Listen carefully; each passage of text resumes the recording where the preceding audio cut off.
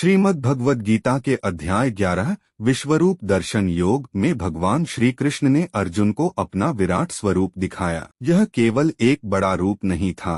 नमस्कार मित्रों, मैं आपका दास अशोक कुमार। तो आज 10 मुखी आयाम के बारे में जानेंगे। केवल आयाम न बल्कि अनंत ब्रह्मांडों और चेतना के अनेक आयामों का प्रकट होना था। इसे गहराई से समझने के लिए विद्वान इसे कई आध्यात्मिक आयामों डायमेंशंस में समझाते हैं। भगवान श्री कृष्ण के विराट स्वरूप के 10 गहरे आयाम। एक ब्रह्मांडीय आयाम कॉस्मिक डायमेंशन। विराट स्वरूप में अर्जुन ने देखा कि संपूर्ण ब्रह्मांड, आकाशगंगाएं, लोकलोकांत और ग्रह भगवान के शरीर में ही स्थित हैं।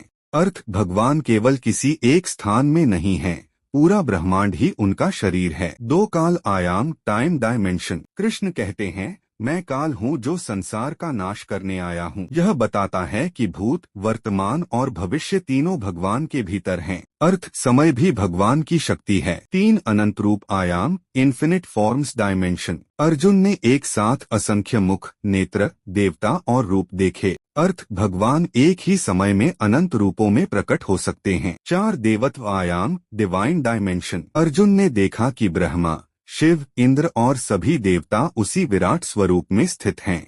अर्थ, सभी देव शक्तियाँ उसी परम सत्ता के अंग हैं। 5 चेतना आयाम कॉन्शियसनेस डायमेंशन। हर जीव की आत्मा उसी परम चेतना का अंश है। अर्थ, भगवान केवल बाहर नहीं, हर जीव के भीतर चेतना के रूप में भी मौजूद हैं। 6 सृष्टि स्थिति संहार आयाम। एक ही विराट स्वरूप में सृष्टि, क्रिएशन, पालन, प्रेजर्वेशन और संहार, डिस्ट्रक्शन तीनों प्रक्रियाएं चल रही थीं। अर्थ, ब्रह्मा, विष्णु और शिव की शक्तियां उसी एक परम सत्य से निकलती हैं। 7 ऊर्जा आयाम एनर्जी डायमेंशन। सूर्य, अग्नि और बिजली जैसी असीम ऊर्जा उस रूप से निकलती हुई दिखी। अर्थ, प्रकृति की हर ऊर्जा उसी परम शक्ति का रूप है। 8 धर्म आयाम कॉस्मिक ऑर्डर डायमेंशन। विराट स्वरूप यह दिखाता है कि धर्म और न्याय का संतुलन भगवान के नियंत्रण में है। जब धर्म घटता है तब वही शक्ति अवतार लेती है। 9 ज्ञान आयाम सुप्रीम नॉलेज डायमेंशन। वेद, शास्त्र और सारा ज्ञान उसी परम चेतना से उत्पन्न होता है। अर्थ, भगवान ज्ञान का अंतिम स्रोत हैं। अद्वैत आयाम अल्टीमेट यूनिटी डायमेंशन। विराट स्वरूप का सबसे गहरा अर्थ है,